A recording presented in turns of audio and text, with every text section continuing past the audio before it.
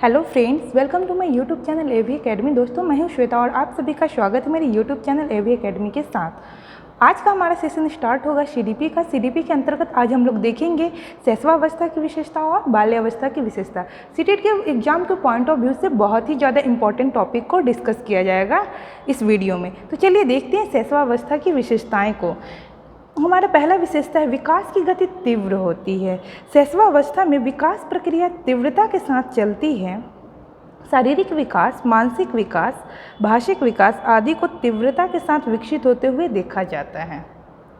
यहाँ पे क्वेश्चन बनेगा आपका शैशवावस्था में आपका क्वेश्चन बनेगा कि विकास की गति किस अवस्था में तीव्र हो जाती है।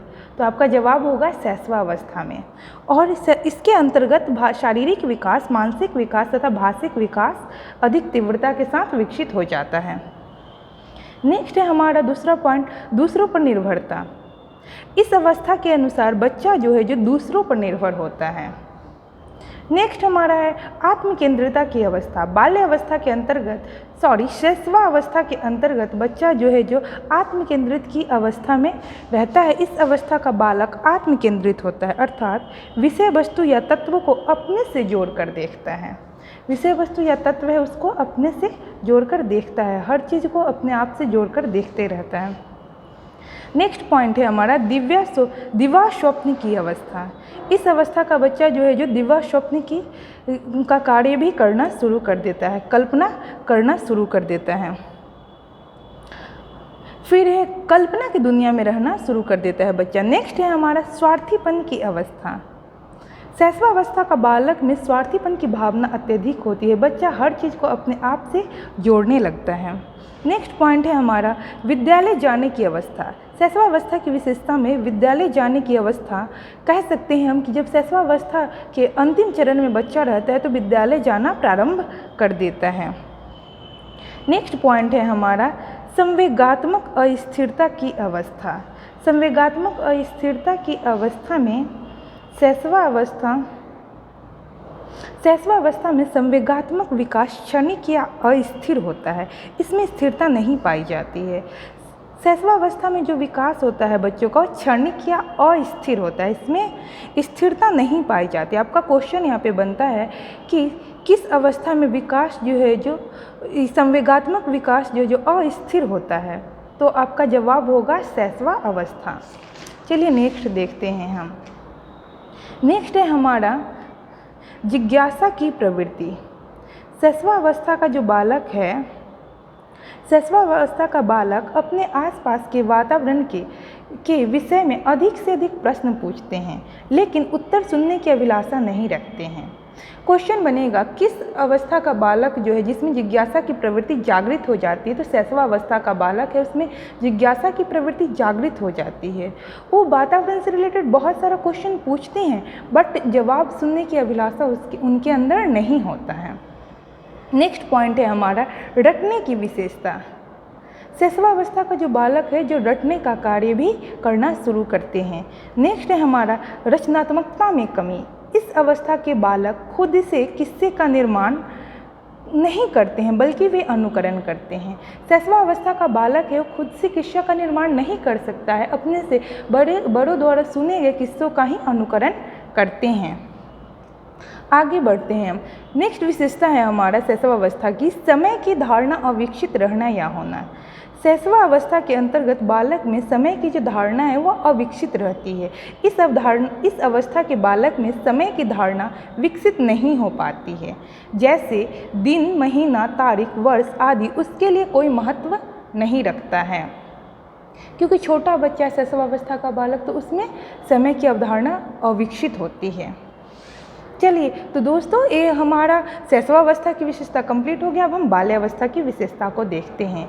बाल्यावस्था की विशेषता, बाल्यावस्था का जो उम्र है 6 से 12 वर्ष तक का होता है। इसमें इसकी जो विशेषता है सो देखते हैं। विकास की गति स्थिर होती है। जहाँ शैशवावस्था में विकास की गति तीव्र होती थी, वहीं बाल्यावस्था में विकास की गति स्थिरता पाई जाती है, अर्थात बालक का विकास धीरे धीरे होता है। क्वेश्चन बनेगा कि किस अवस्था में बालक का जो विकास है जो स्थिर हो जाता है। तो आपका जवाब होगा बाल्यावस्था। आगे बढ़ रहे हैं हम। आत्मनिर्भरता की अवस्था। शैशवावस्था की दूसरी विशेषता है हमारा आत्मनिर्भरता की अवस्था। बाल्य अवस्था में बालक आत्मनिर्भर बन जाता है। वह प्रत्येक कार्य के लिए दूसरों पर निर्भर नहीं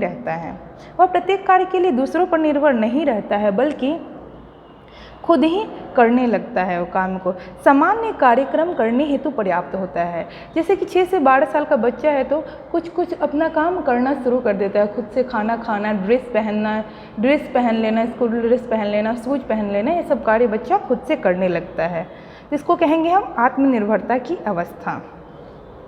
आगे बढ़ रहे हैं हम, समूह निर्माण या समूह में रहने की अवस्था। बाल्य अवस्था के बालक अपने हम उम्र के साथ रहना और खेलना पसंद करता है। क्वेश्चन यहाँ पे बनेगा आपका, समूह निर्माण या समूह में रहने की अवस्था किस अवस्था के अंतर्गत की आती है? तो आपका जवाब होगा बाल्य अवस्था के अंतर्गत। बाल्य अवस्था में बालक अपने हम उम्र के साथ रहना और खेलना पसंद करता है, इसीलिए हम इस अवस्था को गैंगेज या ग्रुप अवस्था भी कहते हैं। बहुत ही इंपॉर्टेंट है, आपसे क्वेश्चन पूछता है गैंग एज या ग्रुप अवस्था किस अवस्था के बालक को कहा जाता है या फिर किस अवस्था के बालक की विशेषता है? तो आपका जवाब होगा बाल्य अवस्था की विशेषता। आगे बढ़ रहे हैं हम, सारस अवस्था या बगुला की अवस्था या एकाग्रचित्त की अवस्था। बहुत ही इम्पॉर्टेंट है, ये भी बहुत ज़्यादा पूछता है सारस अवस्था। इस अवस्था का बच्चा अन्य अवस्थाओं की तुलना में अधिक एकाग्रचित्त होता है। अन्य अवस्थाओं की तुलना में बाल्य अवस्था का जो बच्चा है जो अधिक एकाग्रचित्त होता है। आपसे क्वेश्चन बनेगा सारस अवस्था जो किस अवस्था की विशेषता है? तो बाल्य अवस्था की। ध्यान केंद्रित करने की प्रवृत्ति के कारण इसे सारस अवस्था भी कहा जाता है। नेक्स्ट है हमारी विशेषता बाल्य अवस्था की, इसको देखते संवेगात्मक स्थिरता की अवस्था। इस अवस्था के बालक में गत्यात्मक क्रियाओं के माध्यम से अपने मनोभाव को नियंत्रण करना सीख लेता है। अपना मनोभाव इसको नियंत्रण करना सीख लेता है बच्चा। आगे बढ़ते हैं, यथार्थवादी दृष्टिकोण। बाल्य अवस्था की विशेषता है यथार्थवादी दृष्टिकोण। इस अवस्था के बच्चे कल्पना में नहीं खोए रहते हैं, बल्कि जीवन के सच्चाई से अवगत होते हैं और उसको ही व्यवहार में लाते हैं। कह क्या रहे, यथार्थवादी जो उसको मूर्त रूप से दिख रहा है उसके बारे में वो जीवन की सच्चाई से अवगत होते हैं, न कि कल्पना में खोए रहते हैं और उसको ही व्यवहार में लाते हैं। जो जीवन की सच्चाई उसको व्यवहार में लाते हैं। नेक्स्ट हमारा है पॉइंट, नैतिक विचारधारा की अवस्था। इस अवस्था में नैतिकता अपने चरम पर होती है। क्वेश्चन यहाँ पे बनेगा, बहुत ही इंपॉर्टेंट पॉइंट है ये भी। किस अवस्था के अंतर्गत बच्चा नैतिक विचारधारा को या फिर नैतिकता उनके चरम सीमा पे होती है? तो आपका जवाब होगा बाल्य अवस्था में नैतिकता सबसे अधिक पाया जाता है बच्चों में।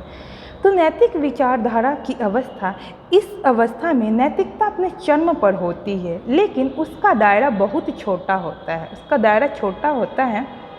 या हम कह सकते हैं कि हम अपने परिवार तक ही सीमित रहता है। आगे बढ़ रहे हैं हम, नेक्स्ट पॉइंट है हमारा रुचियों में विभिन्नता। इस अवस्था के बालकों में रुचियों में व्यक्तिगत विभिन्नता के आधार पर भिन्न होता है, यानी कि बच्चों का जो रुचि होता है उसमें विभिन्नता पाई जाती है। दोस्तों, आज का हमारा सेशन रहा बाल्य अवस्था और शैशवावस्था की विशेषता को इस वीडियो में डील किया गया। अगर आपको हमारा ये वीडियो पसंद आया हो तो इस वीडियो को लाइक करें, शेयर करें, सब्सक्राइब करें हमारे यूट्यूब चैनल AV Academy को। Thanks for watching my video.